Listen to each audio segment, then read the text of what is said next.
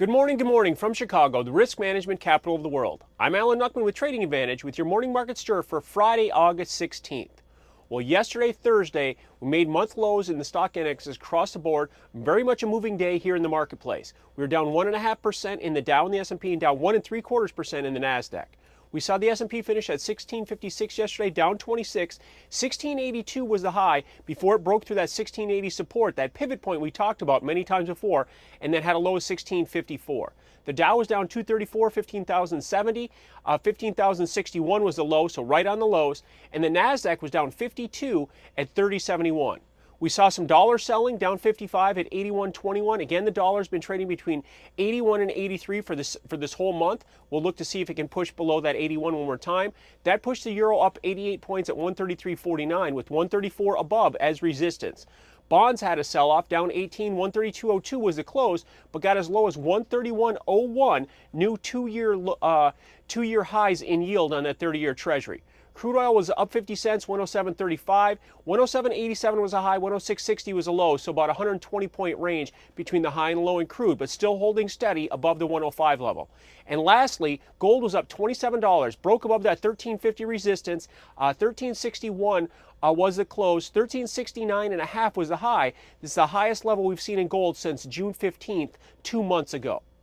So after the big moving day yesterday, where do the markets stand on this Friday morning to end the trading week? Well, right now we're up a little bit. We're up about 1/4 percentage point across the board. 1660 in the S&P, up 4 in the E-mini S&P, and 1685 was the closing number, somewhere in that area was the closing number last Friday. So you can see we're still below that on a weekly basis, giving up some points there. Dow futures are up 17 right now. The Nasdaq's up 7 at 3078. 3148 are the 13-year highs made just Tuesday. So you can see how we've had some big, heavy unwinding, technical selling in the tech shares. The dollar index is pretty unchanged right now at 81.25. Again, 83.81 has been the range here. So 81 is a key support level. And the euro's unchanged, 130 down 11 actually, 133.38. Bonds are off at 131.25. The yield on the 30-year Treasury, as I mentioned, has made new two-year highs at 3.81%. That's pushed the yield on the highly watched 10-year note to 2.77.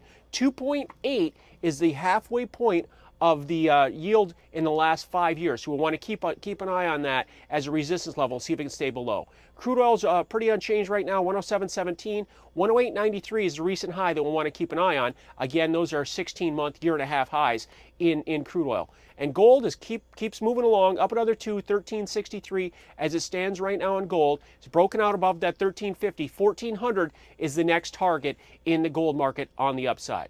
So to wrap up the current action, 2 hours ago before the cash stock market opened, we're getting some recovery after the big sell-off yesterday, down 1.5%. We're up about 1/4% right now at 1660 in the E-mini S&P and up 17 in the Dow futures. I will see you early Monday morning here for the Morning Market Stir to set up your trading day. Alan Nuckman from Trading Advantage here at the CME Group, where it all comes back to commodities.